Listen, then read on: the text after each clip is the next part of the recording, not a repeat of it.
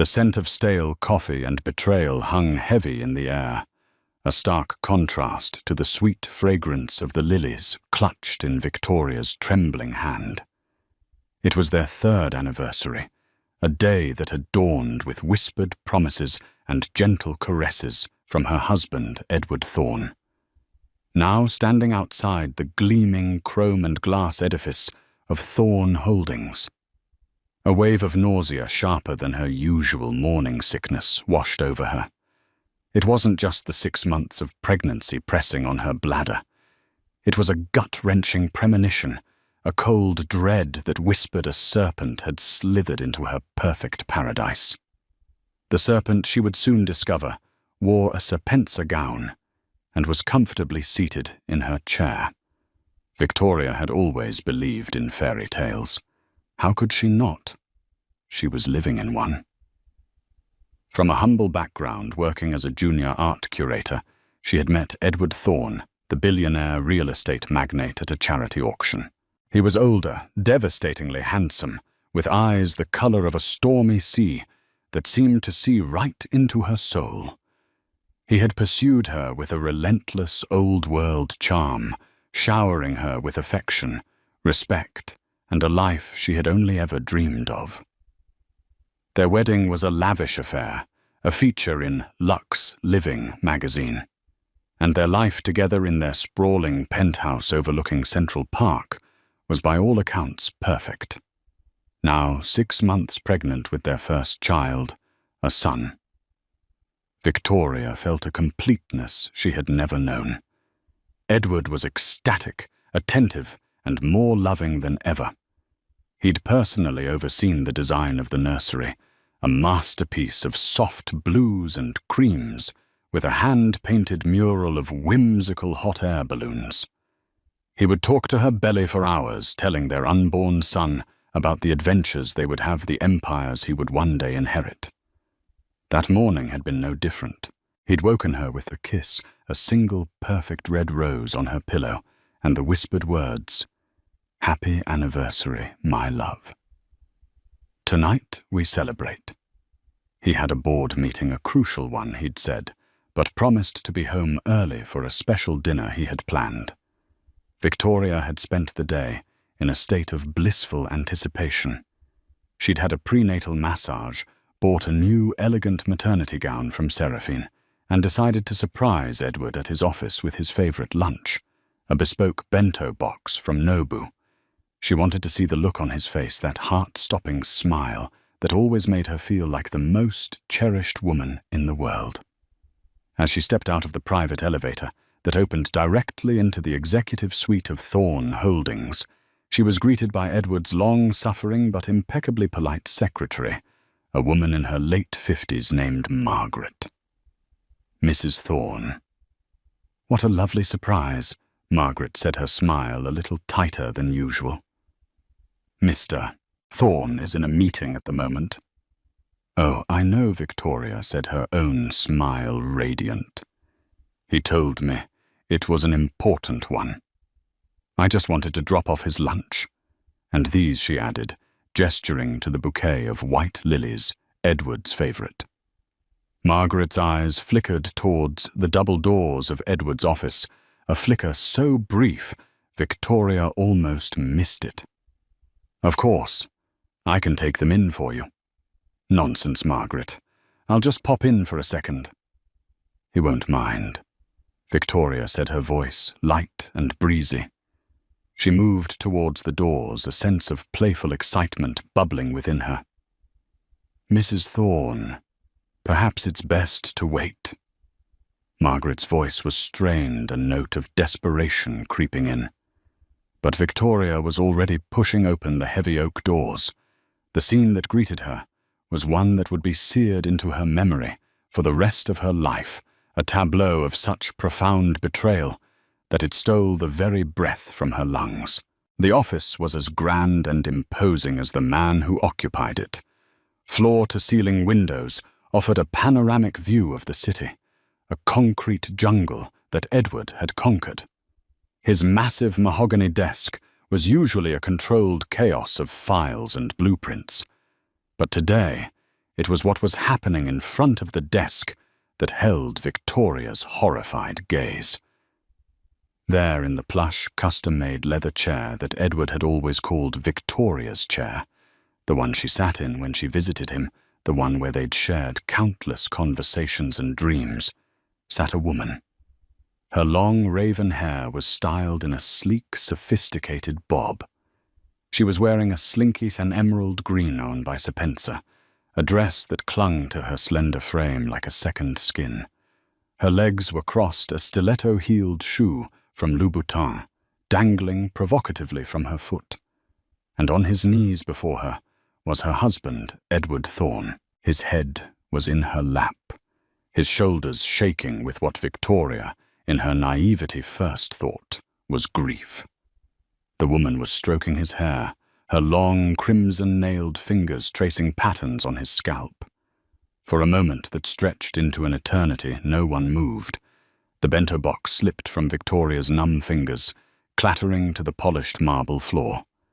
The sound, a sharp, jarring note, in the suffocating silence, broke the spell. Edward's head shot up.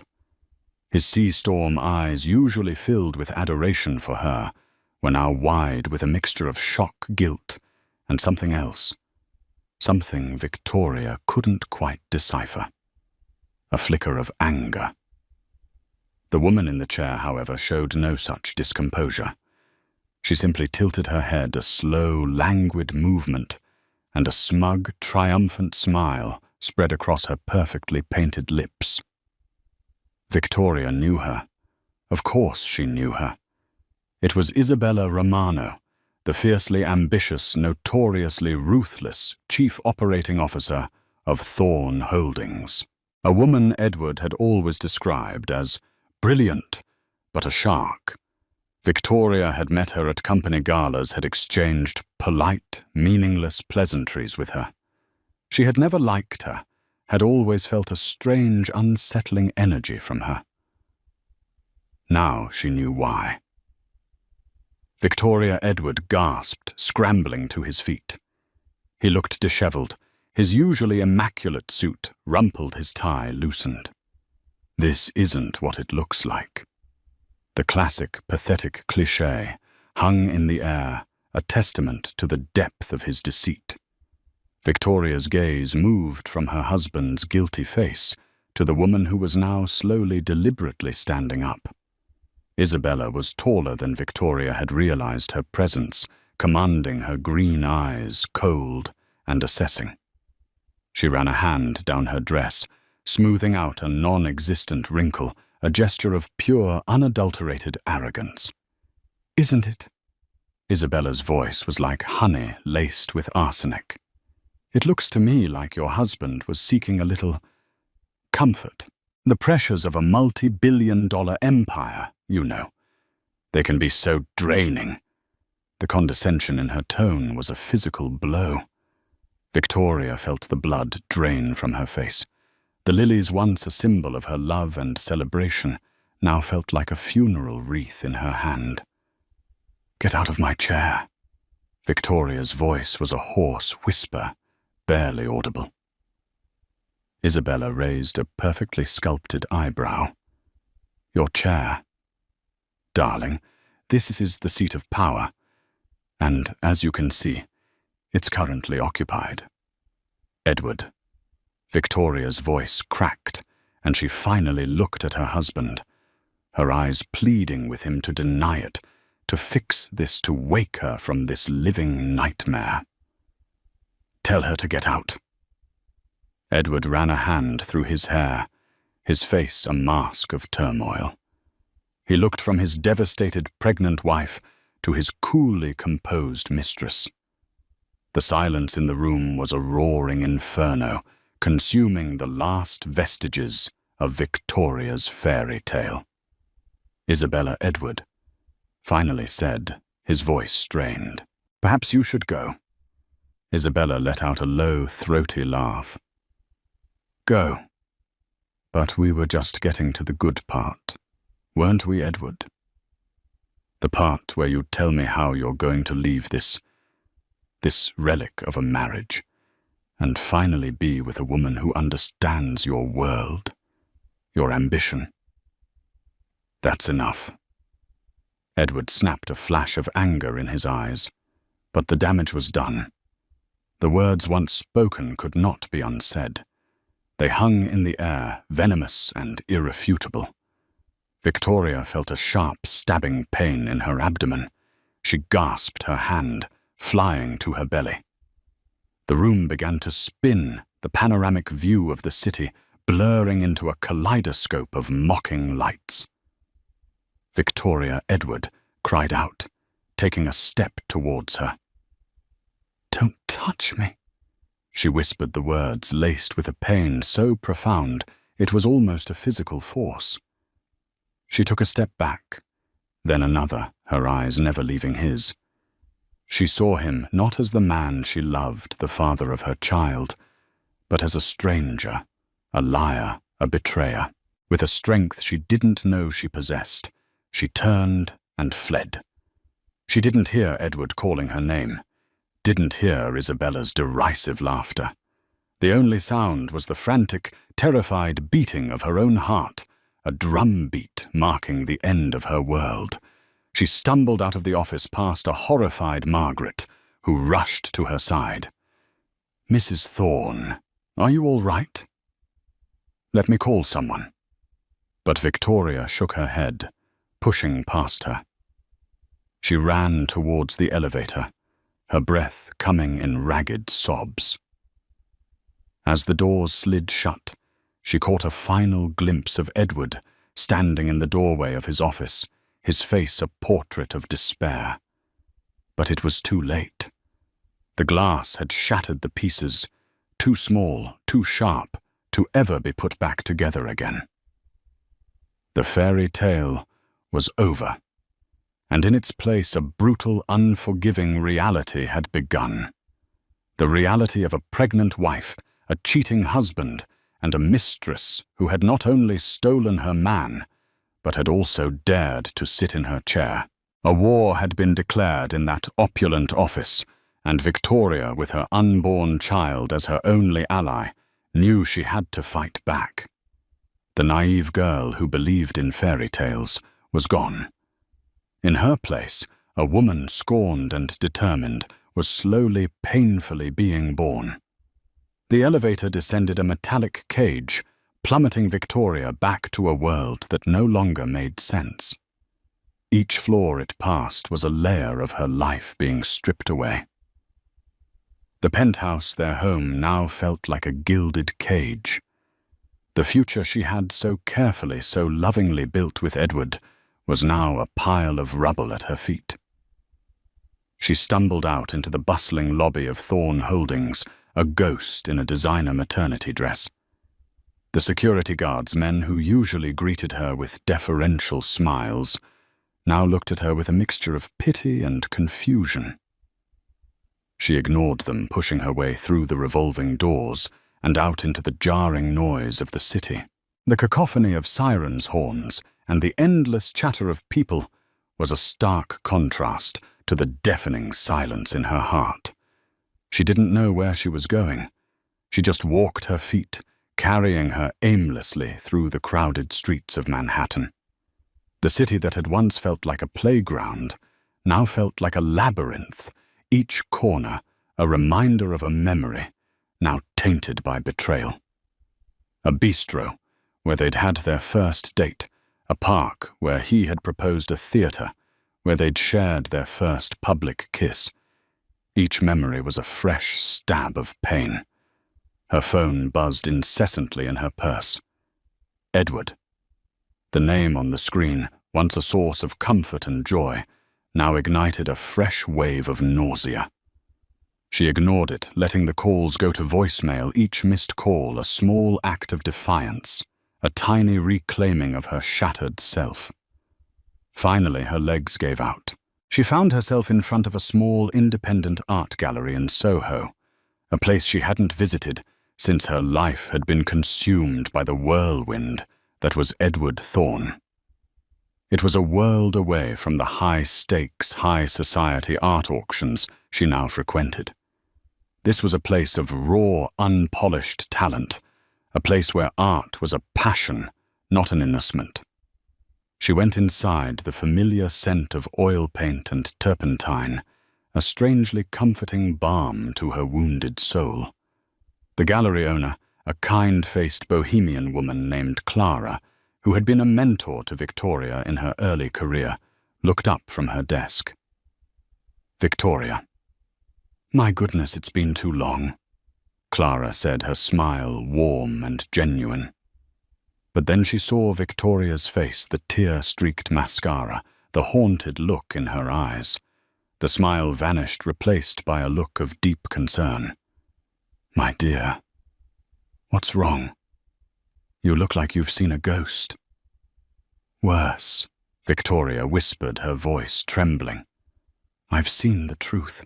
And there, amidst the canvases of aspiring artists, the story of her perfect life's ugly underbelly came pouring out. She told Clara everything. The anniversary, the surprise, the scene in the office, the woman in her chair, the smug smile, the devastating words. She spoke until she was hoarse, until the tears had run dry, leaving behind a hollow ache in her chest. Clara listened patiently, her expression a mixture of sympathy and a quiet, simmering anger. When Victoria had finished, Clara took her hand, her touch firm and grounding. "Men like Edward Thorne," Clara said, her voice filled with a weary wisdom. "They build empires of glass and steel, but their hearts are often made of something far more fragile, far more corruptible. And women like Isabella Romano, they are the vultures who circle those empires, waiting for a moment of weakness." "What do I do?" Clara Victoria asked, her voice filled with a desperate plea. "I have nothing. My life, my home, my future. It was all tied to him." "You have yourself, Victoria," Clara said fiercely, "and you have that precious life inside you. That is not nothing. That is everything." Clara's words, simple yet profound, resonated deep within Victoria. For the first time since she had fled that office, a tiny spark of something other than despair flickered within her. It was a spark of anger, of a fight she didn't know she had in her. Meanwhile, back at Thorne Holdings, Edward was in a state of frantic panic. After Victoria had fled, he had turned on Isabella. His voice, a low, dangerous snarl. "Get out," he had said, his face pale with a mixture of fury and fear. Isabella, for the first time, looked taken aback. She had expected a different reaction. She had expected him to finally decisively choose her. "Edward, darling," she had purred, trying to regain control of the situation. "This is a blessing in disguise. Now we can be together openly." Together, Edward had laughed, a harsh, humorless sound. "There is no us. There was never going to be an us. You were a diversion, a mistake." The words hit Isabella like a slap in the face. Her carefully constructed composure crumbled, revealing the raw, wounded pride beneath. "A mistake? I am not a mistake, Edward. I am your equal. I am the one who understands you, who challenges you. Not that simpering little doll you married. Don't you dare talk about her." Edward had roared, his voice echoing in the cavernous office. "You don't know the first thing about her." "I know that she's weak." Isabella had spat back her eyes, flashing with a venomous fire. "And I know that you will come crawling back to me. You always do." With that, she had stormed out of his office, leaving behind a trail of expensive perfume and shattered promises. Now, alone in his office, the silence was a suffocating blanket. He looked at the spilled bento box, the scattered lilies, the symbols of his wife's love, now ruined on the floor. A wave of self-loathing washed over him so intense it almost brought him to his knees. What had he done? He had betrayed the one person who had loved him unconditionally, the one person who had brought light and warmth into his cold, sterile world. He called her phone again and again, each unanswered call a fresh twist of the knife in his gut. He called her friends, her mother, but no one had seen her. He was a man who could track a stock market fluctuation in real time, a man who could predict the rise and fall of global economies. But he couldn't find his own wife. He felt a helplessness that was entirely foreign to him, a terrifying void, where his usual confidence and control used to be. He didn't know it yet, but the storm that was gathering was far bigger than a marital spat. Isabella, her pride wounded and her ambitions thwarted, was not a woman to be trifled with. She had been his confidant, his partner in ambition, and his lover. She knew his secrets, his vulnerabilities, his every weakness. And she was not about to go down without a fight. She had a plan, a contingency for every eventuality. And the humiliation she had just suffered had just activated her most ruthless one yet. And Victoria, cocooned in the quiet sanctuary of Clara's art gallery, was also undergoing a transformation. The tears had been shed. The shock was beginning to recede, replaced by old, hard clarity. She had been a fool, a naive girl playing dress-up in a world she didn't understand. But she was also a mother-to-be, and the fierce, primal instinct to protect her child was now a roaring fire in her veins. She looked at Clara, her eyes no longer filled with despair, but with a steely resolve. He's not going to get away with this, Clara. He thinks I'm weak. They both do, but they have no idea who they're dealing with. The battle lines had been drawn. On one side, a billionaire consumed by guilt and a desperate need for redemption. On the other, a scorned mistress armed with secrets and a thirst for revenge. And in the middle, a pregnant wife who had just discovered a strength she never knew she possessed.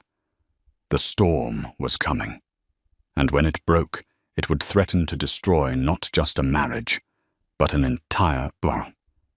The drama was just beginning, and the players were about to find out that hell hath no fury, like a woman and a mother scorned. The next few days were a blur of calculated moves and quiet desperation. Victoria, with Clara's help, found a small, discreet apartment in a quiet neighborhood, a far cry from the opulent penthouse that now felt like a mausoleum of broken dreams. She changed her number, creating a digital fortress around herself, a space where Edward's incessant calls and apologetic texts could not penetrate.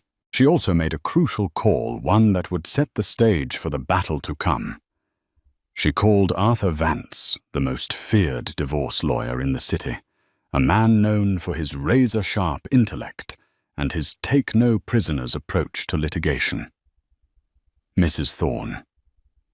Arthur's voice was calm and measured over the phone.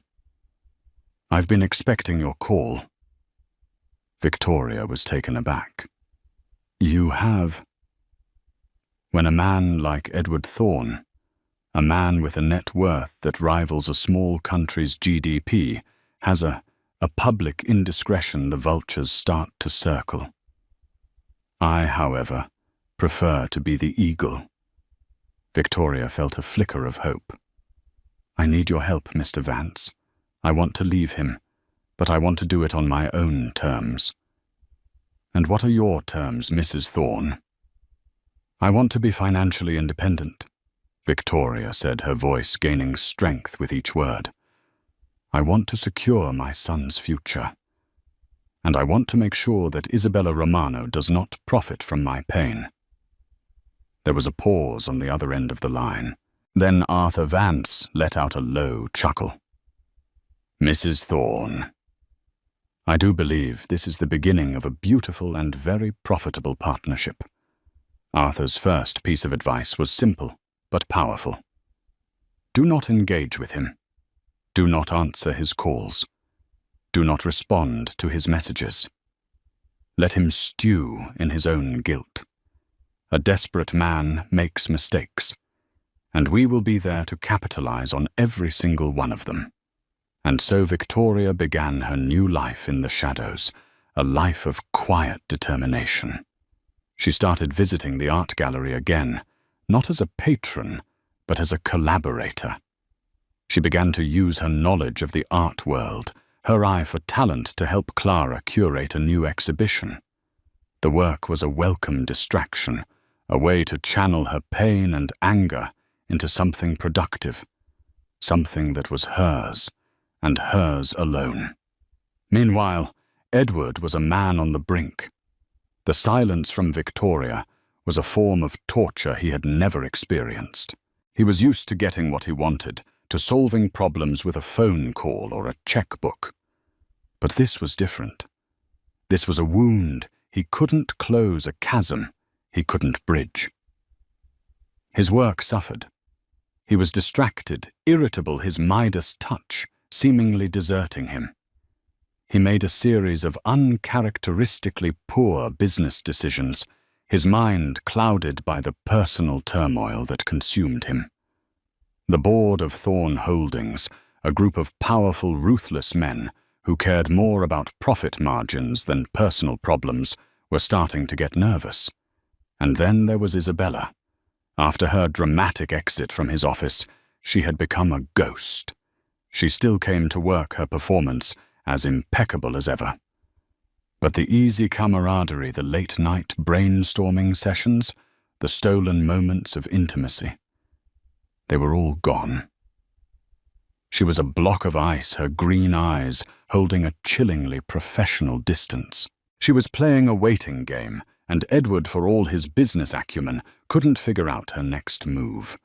He tried to apologize, to explain.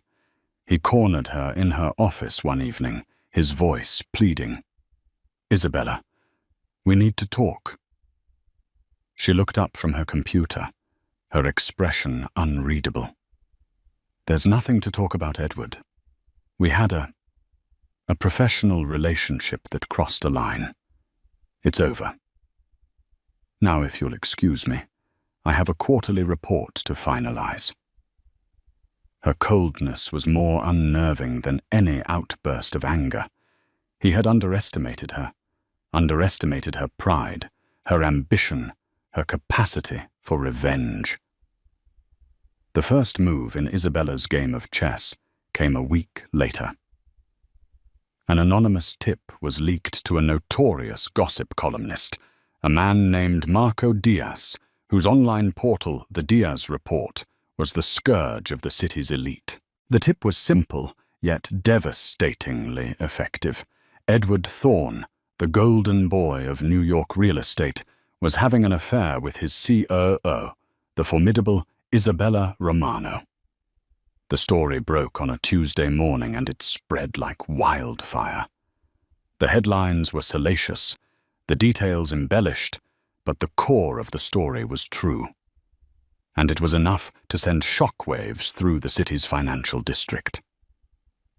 The board of Thorne Holdings called an emergency meeting. The company's stock, which had already been faltering due to Edward's erratic behavior, took a nosedive. The scandal was a breach of the company's code of conduct, a PR nightmare that threatened to tarnish the carefully crafted image of Thorne Holdings. Edward found himself in the crosshairs, his personal life suddenly the subject of intense public scrutiny. He was hounded by paparazzi, his every move documented, his every expression analyzed. The man who had once been the king of the city was now its most celebrated villain. In her quiet apartment, Victoria read the news with a strange sense of detachment. She had expected, it had known that Isabella would not go down quietly. But seeing the sordid details of her husband's betrayal laid bare for the world to see was a fresh wave of pain. "This is her doing," Victoria said to Arthur Vance over the phone, her voice cold and hard. "Of course it is," Arthur replied, his tone unflappable. "This is a classic scorched earth tactic. She's trying to devalue the company to create chaos. She's probably hoping that the board will oust Edward and put her in his place." "Will they?" Victoria asked, a knot of anxiety tightening in her stomach. "They might," Arthur admitted. "Which is why we need to make our move. The prenup you signed, it's ironclad, but it also has a morality clause, and your husband has just violated it in the most public way imaginable. So what does that mean?" "It means we have leverage, Mrs. Thorne. It means we can go after more than just the standard settlement. We can go after a piece of the pie. A very big piece." Arthur's plan was audacious. A masterstroke of legal maneuvering. He filed for divorce on Victoria's behalf, citing adultery and emotional distress. But he also filed an injunction, a move that would freeze a significant portion of Edward's personal assets, and more importantly, a portion of his shares in Thorne Holdings. The injunction sent a shockwave through the company, a move far more damaging than the gossip column headlines. It signaled to the board, to the shareholders, that this was not just a messy divorce. This was a hostile takeover bid, orchestrated by the scorned wife of their CEO. Edward was blindsided. He had expected a quiet, dignified divorce, a generous settlement, a clean break. He had not expected this.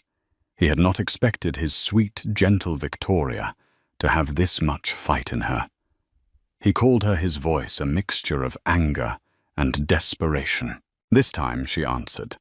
Her voice was cool, calm, and utterly devoid of the warmth he so desperately missed. "Victoria, what are you doing?" "An injunction. You're going to destroy the company. You did that yourself." "Edward," she replied, her voice steady. "You and Isabella. I'm just protecting my son's future. Our son, Victoria. Our son.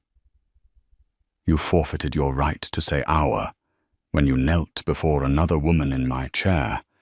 She said the words sharp and precise. There was a stunned silence on the other end of the line. He had no response, no defense. She had checkmated him. The first move had been made. Victoria, the pawn in this game of power and betrayal, had just transformed into a queen. She had taken control of the board, had thrown the king and his treacherous knight into a state of disarray. The war was far from over. In fact, it had just begun, and as the dust settled from this first explosive move, one thing was clear. Victoria Thorne was not going down without a fight. She was going to burn his kingdom to the ground, and from the ashes build an empire of her own. The injunction was a masterstroke. It sent the board of Thorne Holdings into a tailspin. With a significant portion of Edward's shares, frozen, his control over the company he had built from the ground up was suddenly precarious. The vultures, as Arthur Vance had so eloquently put it, began to circle. Board members who had once been loyal allies now saw an opportunity, a power vacuum waiting to be filled. And at the center of this burgeoning chaos was Isabella Romano.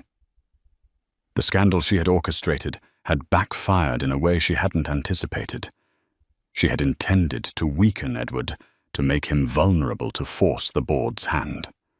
She had not expected Victoria to retaliate with such a devastatingly effective legal maneuver. The injunction not only hurt Edward, it hurt the company, and by extension, it hurt her. She found herself in a precarious position. The board, while wary of Edward, was also deeply suspicious of her. They saw her as the catalyst for the crisis, a liability that threatened the stability of the entire enterprise. Her dream of taking the CEO's chair was slipping through her fingers. Desperate to regain control, Isabella made her next move, a move born of hubris and a chilling lack of morality. She decided to leak another story to Marco Diaz, a story that would not only discredit Victoria, but would also paint Edward as a victim, a man manipulated by a gold-digging, unstable wife.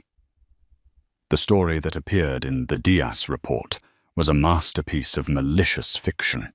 It painted Victoria as a social climber who had trapped Edward into marriage by getting pregnant.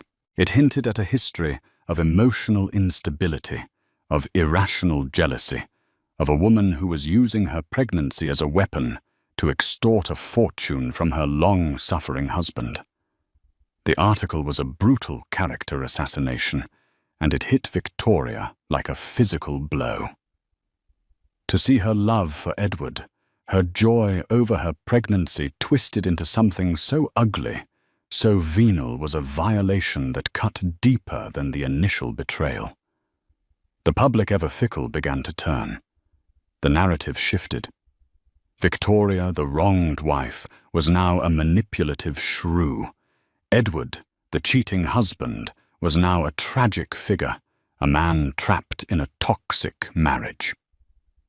This is a declaration of war. Arthur Vance said, his voice grim, as he read the article aloud to Victoria in his office. She's not just trying to win a divorce settlement. She's trying to destroy you. Victoria, who had been so strong, so resolute, felt herself begin to crumble. The constant stress, the public humiliation, the weight of her pregnancy, it was all becoming too much. "I don't know if I can do this, Arthur," she whispered, her voice trembling. "I feel like I'm drowning." "You are not going to drown. Mrs. Thorne," Arthur said, his voice firm. "You are going to swim, and I am going to be the shark that swims alongside you." Arthur's team of investigators began to dig into Isabella's past, searching for any skeletons in her closet, any leverage they could use to fight back. And what they found was more shocking, more damning than they could have ever imagined. Isabella Romano, the self-made woman, the brilliant COO, had a secret, a very big secret. She had a daughter, a child. She had given up for adoption years ago. A child she had erased from her life in her relentless pursuit of power and success. The revelation was a bombshell. It was the ultimate hypocrisy. A woman who had painted Victoria as a manipulative mother was herself an absentee one. "This is it," Arthur said, his eyes gleaming with a predatory light. "This is the silver bullet." But Victoria hesitated. To use a child, an innocent in this sordid affair, felt wrong. It felt like stooping to Isabella's level. "I don't want to hurt her child," Victoria said, her hand instinctively going to her own belly.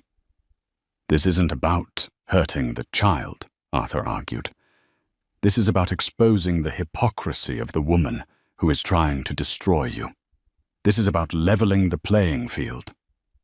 Victoria was torn. But then she thought about her own child, about the world. He would be born into a world where his mother was being vilified, his father's legacy in tatters. She thought about the cold, calculating cruelty of Isabella Romano, and her resolve hardened. "Do it," she said, her voice a whisper. The story of Isabella's secret daughter was leaked not to the salacious Marco Diaz, but to a respected, serious journalist at the New York Times. It was a strategic move designed to lend credibility to the story, to frame it not as gossip, but as a serious investigation into the character of a high-powered executive. The fallout was immediate and catastrophic for Isabella. The story, a deeply researched and sensitively written piece, painted a picture of a woman so consumed by ambition that she had sacrificed the most fundamental human connection. The public, which had been so quick to condemn Victoria, now turned on Isabella with a vengeance. She was no longer the brilliant, wronged woman.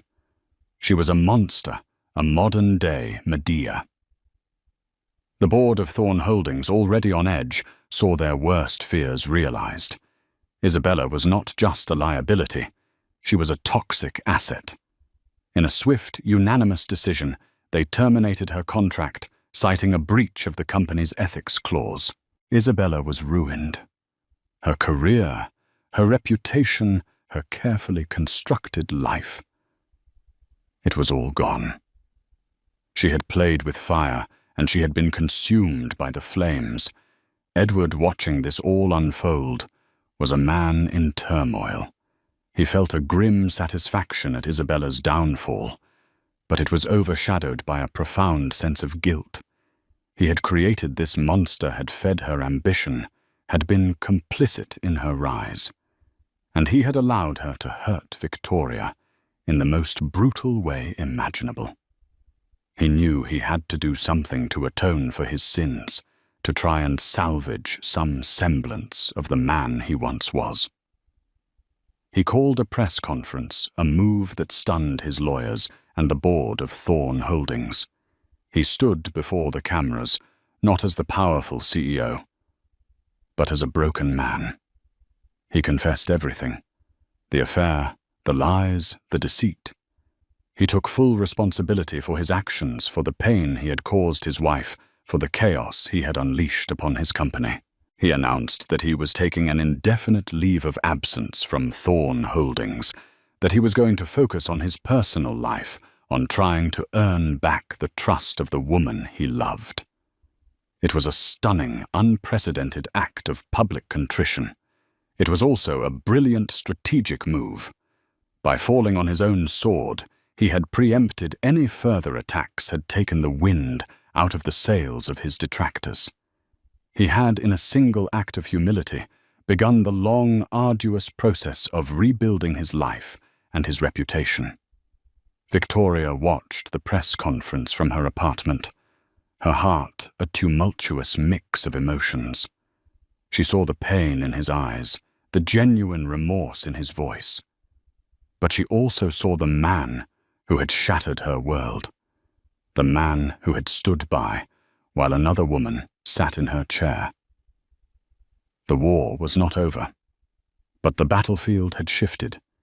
Isabella was gone.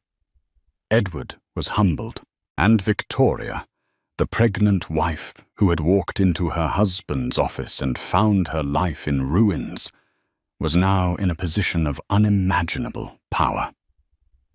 The future of Thorn Holdings, the fate of the man she had once loved, was now in her hands. The unraveling was complete, and from the wreckage, a new uncertain future was about to be born. Edward's public confession was a detonation at the heart of New York's elite society. It wasn't just news, it was a spectacle. The king had willingly abdicated, stripping himself of his crown and armor before the ravenous eyes of the world. For Victoria, watching the broadcast from the quiet solitude of her new apartment, the moment was a tangled knot of emotions. There was no triumphant joy, only a hollow, echoing vindication. He had finally spoken the truth, but the words were a ghost of what she had needed to hear in the sanctity of their life, not in a press conference staged to salvage a crumbling empire. Heeding the advice of his few remaining advisors, Edward vanished. He retreated to the sprawling Thorn estate in the Hamptons, a place he hadn't willingly visited since his father's funeral. The magnificent cedar-shingled mansion, usually a hub of summer galas, was now a cavernous hall of silence. He wandered its empty rooms, the sea air thick with the scent of salt and regret. He'd find himself standing in his father's old study, surrounded by leather-bound books on ethics and philosophy books he'd once dismissed as relics of a bygone era. He saw the man. His father was stern, principled, a builder of legacies, not just fortunes. The reflection that stared back at him from the darkened windows was a pale, haunted stranger. This self-imposed exile wasn't a vacation. It was a penance, a desperate, lonely attempt to find the man he was supposed to be, the man Victoria had once believed him to be. Back in Manhattan, the power vacuum at Thorne Holdings had become a vortex. The emergency boardroom was a theater of barely concealed panic. Loyalties once forged in steel and sealed over expensive steak dinners were now brittle as glass. Whispers of hostile takeovers and shareholder revolts slithered through the corridors. They were a ship without a captain taking on water, and the sharks were circling. "We're hemorrhaging value," grumbled Lawrence Meade, a portly, perpetually sweating board member who had been with the company for 3 decades. Edward's mea culpa was a disaster. He made us look weak, rudderless. What he made us look like is what we are countered another, a younger, sharper executive named Chen. This rot started at the top. The Isabella Romano affair proves it. It was into this den of circling wolves that Arthur Vance made his move. He requested a formal audience for his client Victoria Thorne with the full board of directors. The request was met with incredulity, then suspicion. "What does she want?" Meade demanded over a conference call. "To bleed us dry. To stand over the corporate corpse and pick the bones clean. We're legally obligated to hear her out." Arthur's voice had cut through the static, cool and sharp as a scalpel. "And I assure you, gentlemen, you'll want to hear what she has to say. Desperate for any semblance of a lifeline." They agreed. The days leading up to the meeting were a crucible for Victoria. The public humiliation of Isabella's articles had left scars, and the thought of facing that room of powerful, judgmental men was terrifying.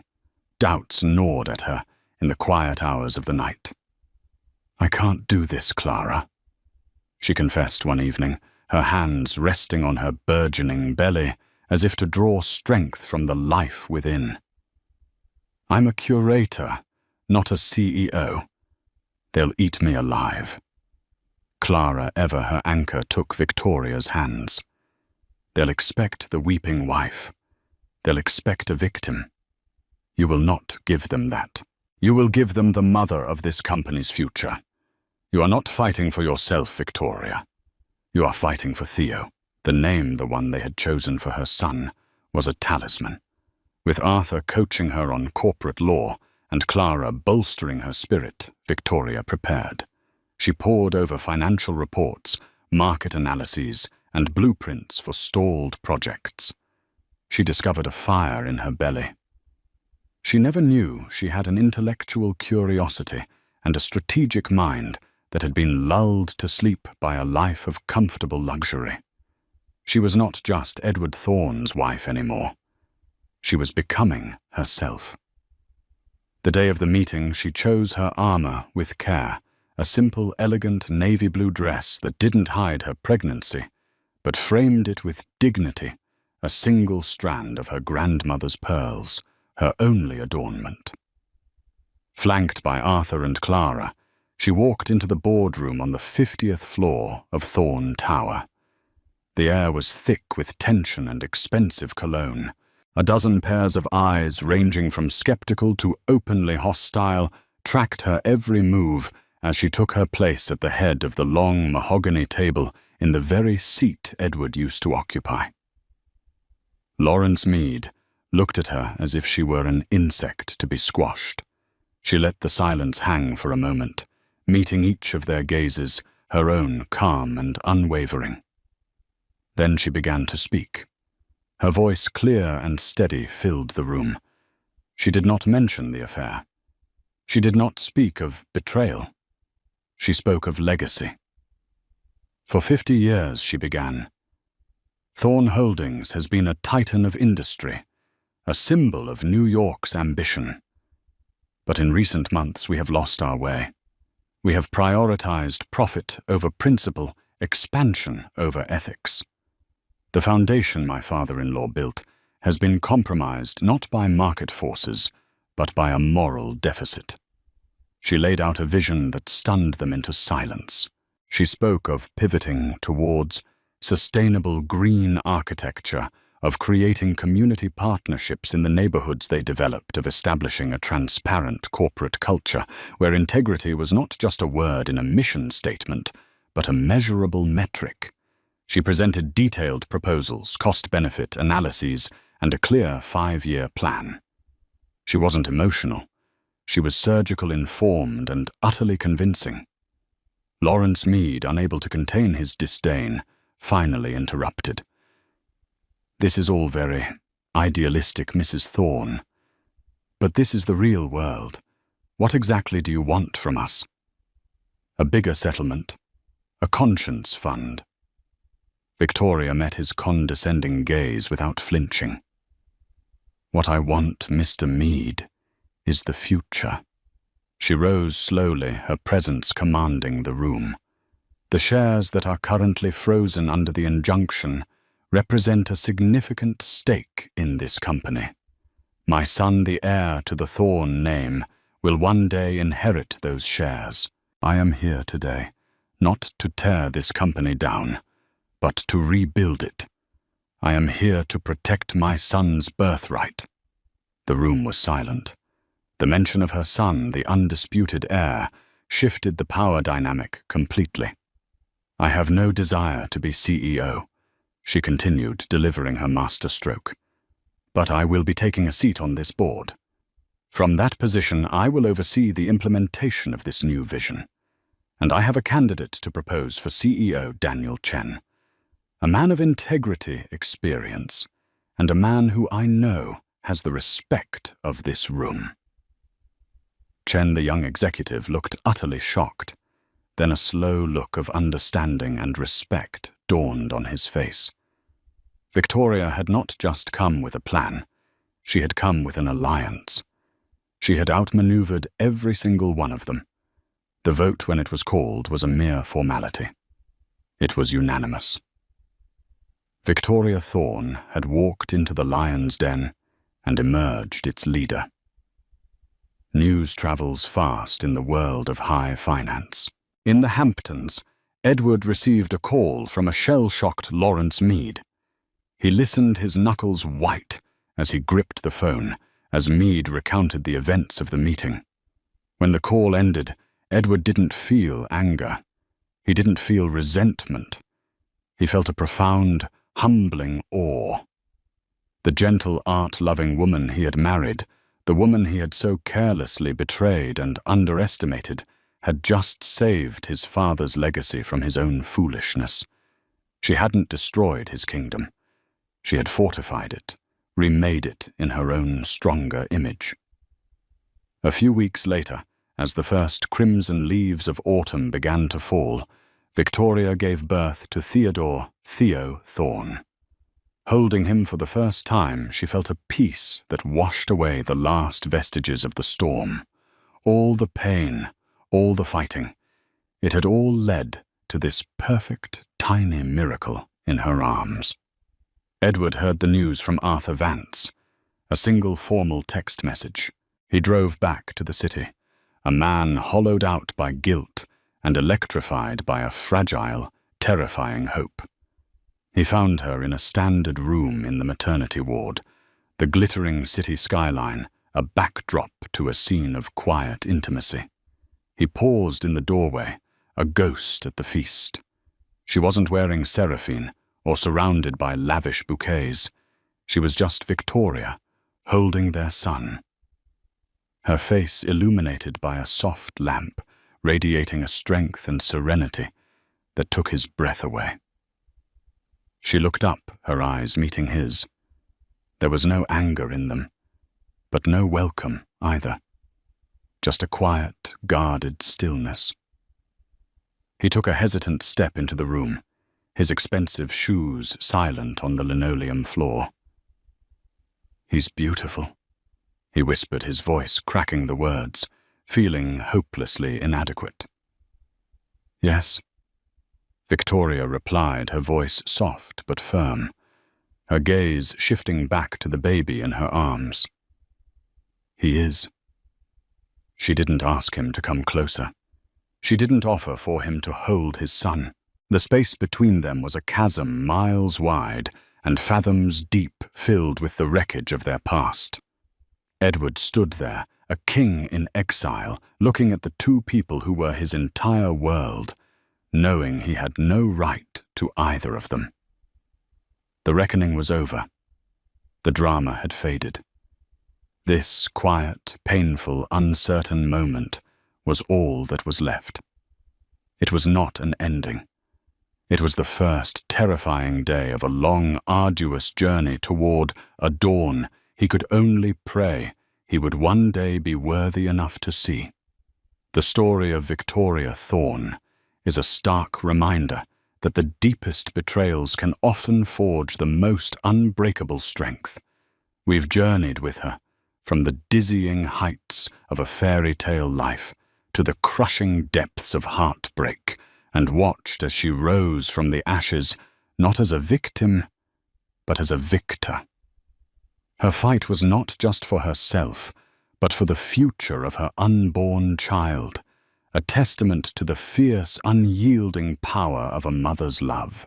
But the question remains, can a love so brutally shattered ever be truly mended? Can Edward, a man stripped of his pride, ever truly earn redemption in Victoria's eyes, and in our own? If Victoria's journey of resilience and rebirth has moved you, if the drama of the Thorne Empire has captivated you, please show your support. Like this video, share it with others who appreciate a story of strength against all odds, and subscribe to our channel for more tales of love loss and the indomitable human spirit. Your engagement helps us bring more stories like this to light. What do you think Victoria should do next? Leave your thoughts in the comments below.